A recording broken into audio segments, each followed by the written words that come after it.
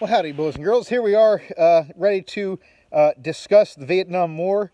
Here, and it's, I guess, kind of appropriate that we're discussing the Vietnam War here in the woods because the war was fought in, well, not really wooded, I guess, I mean, it was wooded, but there was jungle conditions, trees everywhere, kind of a rough terrain to be fighting in. So when we last left off discussing the Vietnamese conflict back at the end of last week, we mentioned that, Ho Chi Minh had become the leader of North Vietnam, and he was a communist. South Vietnam had been at one point under the leadership of a man named Ngo Dinh Diem. He was opposing the communist. The two countries went to war with the North, trying to overtake the South and impose communism on them. Diem was becoming unpopular in his own homeland, and ultimately was overthrown and assassinated in a coup with the help of the American CIA, because we thought he was being kind of counterproductive to the cost of. We thought he was being counterproductive to the cause of South Vietnamese independence. Meanwhile, a South Vietnamese terrorist group emerges known as the Viet Cong, who were fighting a paramilitary war to reunite North and South Vietnam under the northern government. So the Viet Cong, or the VC, are the South Vietnamese fighters who are fighting on the side of the North. And you've maybe heard, if you know some Vietnam vets, I'm sure some of you do. I'd be surprised if none of you had grandparents or great uncles or anything like that fought in the war. If you ever hear them talk about Charlie, that was their nickname for the Viet Cong, and that was they used to call the VC. They used to call them Victor Charlie on the radios, and so that's kind of how that evolved from. So South Vietnam is stuck in this kind of two-front thing where they're taking the invasion from the South and then internal violence from sympathizers. And so the U.S. government had committed some troops as far back as the very early 60s to try to help in the situation. But as time goes on, the South Vietnamese are getting in worse and worse shape. And there begins to be some calls for, if our involvement is going to mean anything, we're going to have to go from just having sent a few troops to making this a full-scale or a much larger engagement. The turning point for this is something known as the Gulf of Tonkin incident, which takes place in, I'm trying to find the exact date, it's the summer of 1964. So the summer of 64, the Gulf of Tonkin incident happens, and that was where an American naval vessel off the Tonkin Gulf, off the coast of Vietnam, is allegedly fired on by some North Vietnamese patrol boats. Now, there's some shadiness about this. There's a lot of declassified evidence from recent decades that, in actuality, that we're not really sure that the North Vietnamese fired on us, and that the report of what happened was falsified to help win support in Congress. So whether we were ever involved on the right ground in the Vietnam War is very much a debated topic.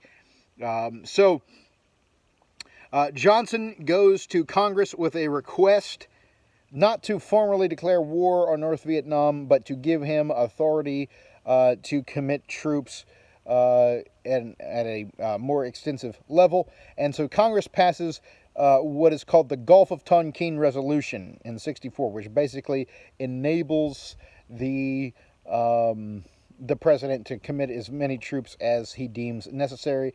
And this leads to the greatly ratcheting up. I'm not sure if the draft had stopped after World War II or whether they just had to greatly ratchet it up, but it leads to a great increase in the amount of people being conscripted or drafted by the Army to fight. Because as of 1960, whereas we had kind of started the commitment, we sent 2,000 people under Eisenhower. We sent 16,000 people under Kennedy. Under Johnson, we had sent 500,000 by 1968. So literally a 500,000 troops were committed to go fight in South Vietnam, tens of thousands of miles away. And Johnson at one point had made this statement about, we're not going to go send American boys to go fight 10,000 miles away to do what Asian boys should do for themselves. Well, he wound up changing his mind about that, and he committed 500,000 American troops to go fight overseas.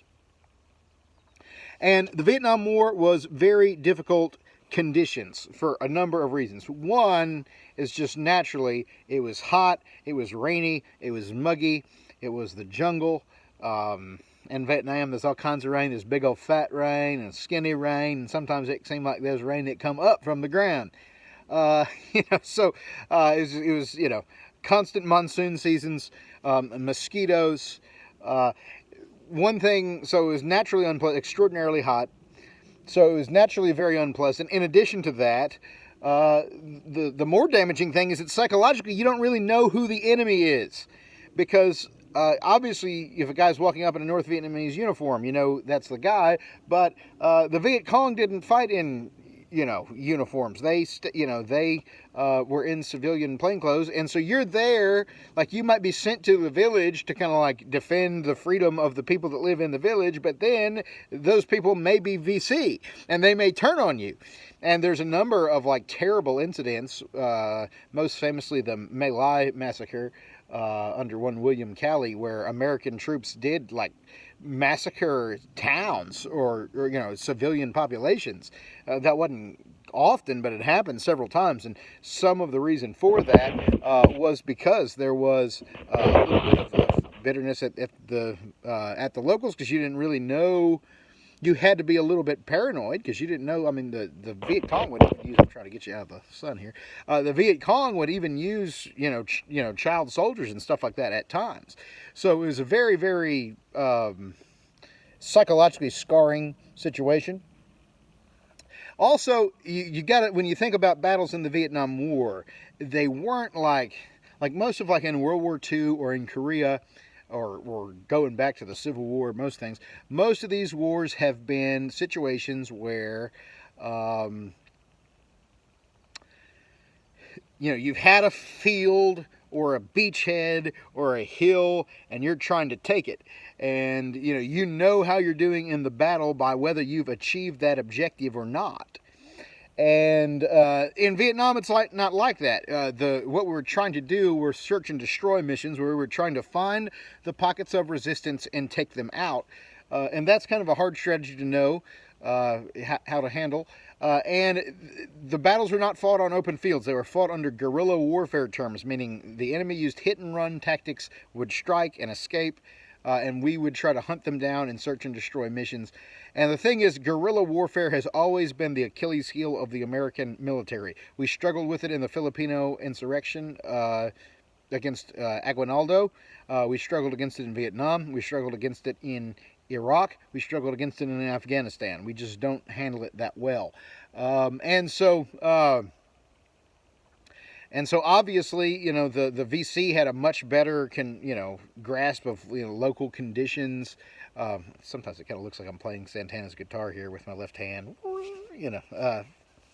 Anyway, sorry, I just noticed that. Oh yeah, como va in the house. So sometimes you would have these situations where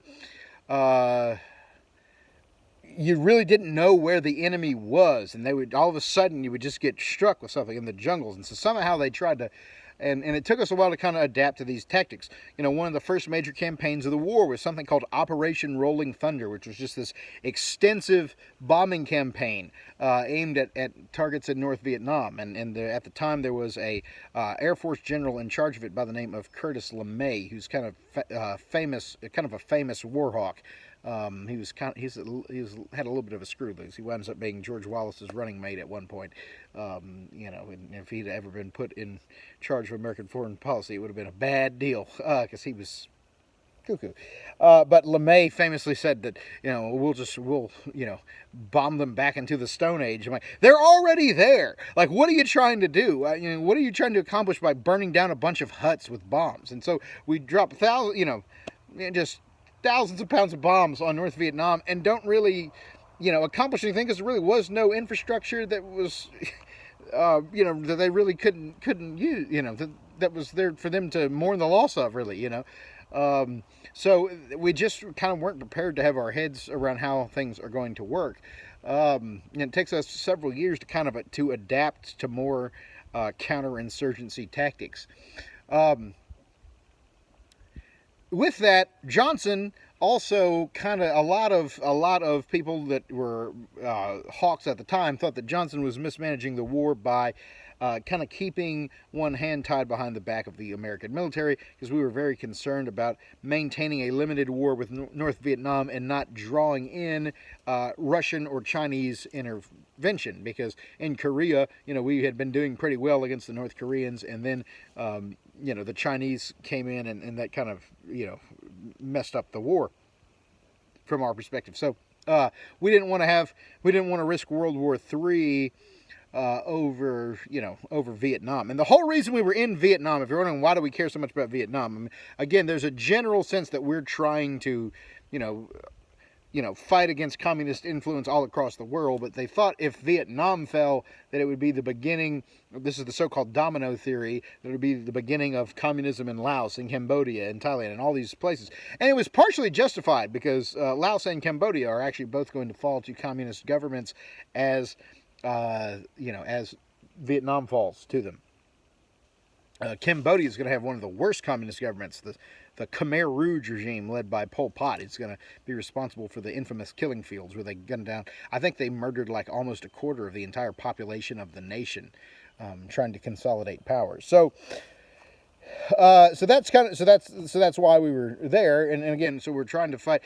But the problem is, a lot of times we're trying to rescue the freedom of the South Vietnamese, but some of the combat is doing so much damage that it's, maybe hurting it at times. And Johnson, at one point, is sitting there, typically, presidents kind of start wars usually and then kind of let the generals run them, except for major decisions. Johnson really tried to micromanage the Vietnam War in kind of almost a bizarre way, where he would be sitting in the White House looking at potential bombing targets and giving them the okay or waving them off, even though he's 10,000 miles away.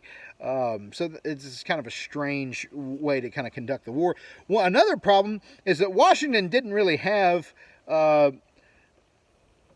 Washington was not letting the people know how bad things were. The government was trying to censor and keep secret some of the depths of some of the statistics of losses in Vietnam, and so there was, this leads to the famous Pentagon Papers incident where a journalist named Daniel Ellsberg comes across this information and leaks it and is taken to court over it. Winds up with the Supreme Court ruling that he had the right to publish that information. But so the government was trying to kind of keep under wraps how bad the situation was, because Lyndon Lyndon Johnson had this other thing going on where he did not want.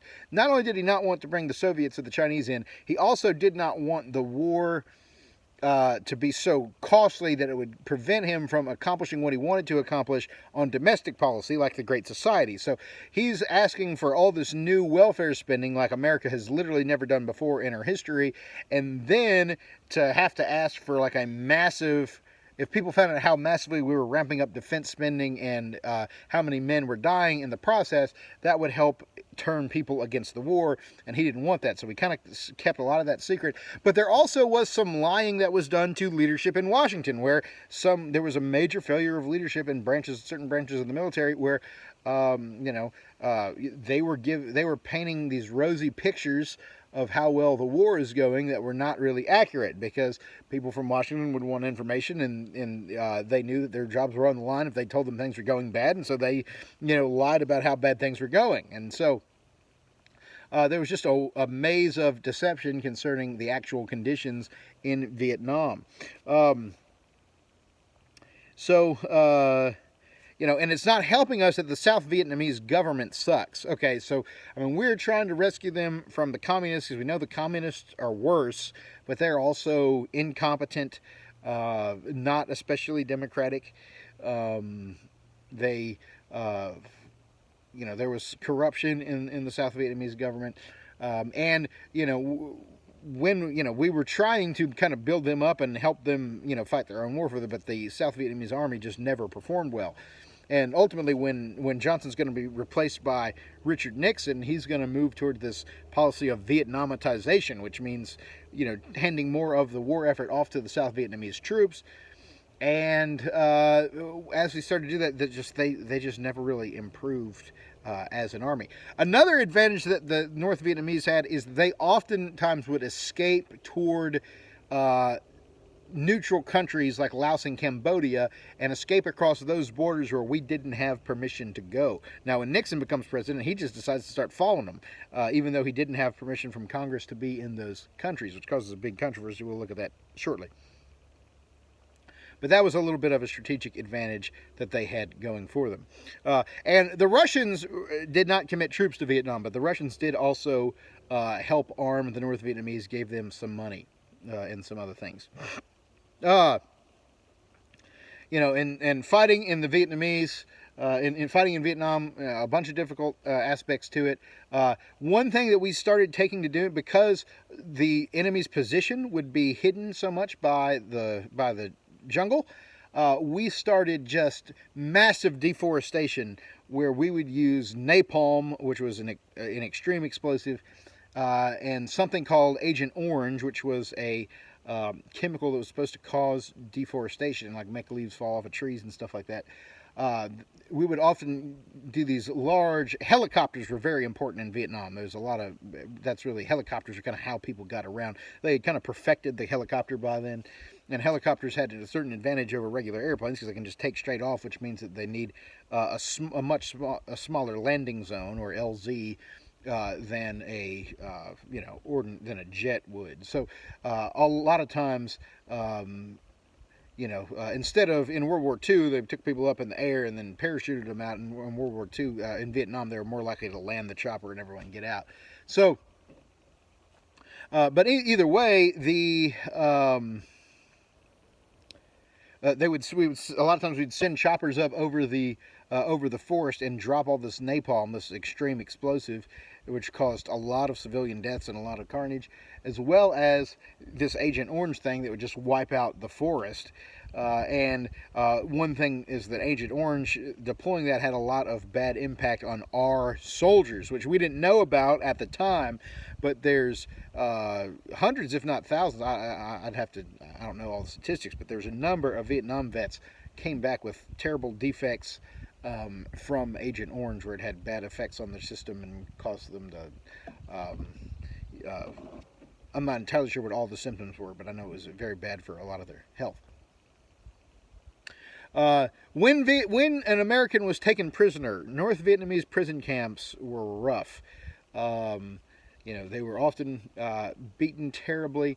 My dad was in the Air Force. When my dad was in the Air Force, one of his drill instructors had been a guy who had survived the most notorious of the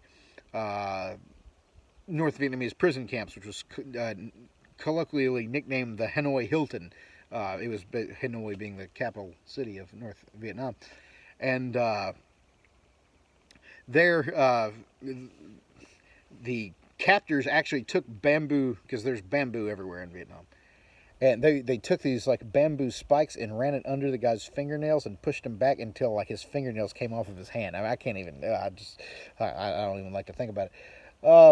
So terrible torture if you were a POW in Vietnam. Not good news. A lot of times the North Vietnamese and the VC would literally, because they were typically much smaller people than the average American, they would actually create tunnels. Where they would attack people through tunnels, and if American soldiers tried to follow them, oftentimes the tunnels would be booby-trapped on their way back through with explosives, or sometimes they would actually bait them with snakes and stuff like that. And there's all kind of crazy jungle animals running around in Vietnam too. So I mean, it was a rough place to be. So the war is continuing continuing. They start the so-called the Paris peace talks, which are the negotiations for the peace settlement. were started in 1968. They don't get signed until 1973, and then as soon as they're signed, they're completely ignored by the North Vietnamese. As soon as we leave, they're going to come in and reconquer South Vietnam. We'll look at how that goes down shortly, sometime next week. But while it takes 5 years for them to work out this peace deal, which got off on a wrong foot with an argument over between the countries on what the table should look like in the room they were negotiating, which is not giving you a good sign that this is going to be a very meaningful negotiation. While that takes 4 or 5 years to get signed, the body count is skyrocketing, and you've got 500,000 Americans are sent to Vietnam by 68. That number is going to continue over the next 4 years until Afghanistan. Vietnam was our longest war that we had been a part of. And so, anyone from that age stood a very good chance of being drafted unless they had some reason for deferment, which oftentimes tended to favor certain people with connections, riches, that sort of thing, which led to some of the protests. But the major turning point in the War of Vietnam is something known as the Tet Offensive, which was a surprise attack that was held on the Vietnamese holiday of Tet. So Tet is a holiday over there. I think it was a Buddhist holiday. And so the assumption was that nobody would do anything there. It would be equivalent to attacking on Christmas over here. On Tet, the VC launched attacks kind of all over South Vietnam, including some areas where we'd already had famous engagements. There was famously some engagements around Saigon, which was the South Vietnamese capital. But there was all over the country. There were attacks by VC on Tet, and in reality, the Tet Offensive was a smashing American military victory. We won pretty much all of the battles. However, the Tet Offensive was kind of impossible to hide, and people had been Washington had kind of been painting a rosier picture of how the war was going than reality. And on the Tet Offensive, but you had this anti-war movement bubbling in the background, which we'll talk about in the next video. The Tet Offensive is the moment where the anti-war movement starts to go mainstream and starts to win over ordinary folks who had typically just naturally wanted to support the Americans against a communist nation. And the reason for that is because it is reported by the media, and was kind of a misrepresentation on their part. And this media bias thing isn't new. The media really misrepresented what was happening on the Tet Offensive such to make it sound like it was much more of a American defeat than it was. In reality, we had won all the battles on Tet. But, everyone is seeing there's chaos breaking out all over the country. And we thought we'd already secured these places because a lot of Americans are still kind of thinking in an old style of warfare where you take a hill or whatever. In Vietnam, you weren't taking hills. You were just trying to find bad guys and shoot them, And so because of that, it really kind of turned the public against Vietnam. People started to really say, when is this thing going to turn around? Is it possible for us to turn around? Have we bit off more than we can chew? We kind of had thought that that we were always going to win every war we're in, and now it looks like we're not really able to make much of a difference in this one. And so the Tet Offensive actually does a very significant damage to the Viet Cong. After that, they became much more reliant on the NVA, which was the North Vietnamese Army, which you thought would have moved that a little bit closer to our wheelhouse, but we still are not able to really gain a dominant position in Vietnam ever. Could we have, had there been the will to fight? That remains the question. I'm increasingly leaning towards we probably couldn't have. Ultimately, the reason we're going to lose the Vietnam War is going to be because we just lose the will to stick in there. And some of that is due to the influence of the anti-war movement, which we'll look at soon. But a lot of the anti-war movement, even though you may not agree with the ideology of everyone in the movement, they weren't wrong about the fact that Vietnam was a tough nut to crack. They may have been they may have been wrong about the morals of trying, but about the possibility of how likely we are to succeed, there was some real question. And so by the time, the Vietnam War is going to be over, it remains probably America's most controversial war because many, many, many people died. If you've ever been to Washington, D.C., and you go to the Vietnam War Memorial, which was a beautiful memorial, they just carved out a block and just wrote the names of everyone that died over there. And it'll make you want to cry because it's just name after name after name after name. And all this was being done to protect the government of a small third world country that really is not strategically important in any particular way, whose own government was not very good. And so a lot of people are starting to say, why are we wasting, hundreds of thousands of American lives on a government that we have to prop up this much that really is not that important in world affairs anyway. So I'm very torn on the issue of the Vietnam War because on one hand I see all the reason against it. On the other hand, Vietnam turned out to be a pretty rough place after the North win the war, and Ho Chi Minh was a bad guy, and then communism is one of the worst evils that the world has ever seen. And the sense was by fighting here, we're going to prevent, by fighting for this tiny country, we're going to prevent all of the continent of Asia from being overrun by the communists. But it didn't work out too well for us in reality. So we'll kind of see. Ultimately, it's going to wind down under President Nixon. We'll get to that when we get to it. But next, tomorrow we'll take a look at kind of the anti-war movement and the cultural trends that were surrounding it. So y'all have yourselves a good day. I'll see you tomorrow on here, not in real life, unfortunately, because I pretty much am not seeing other human beings right now in real life. But anyway, take care.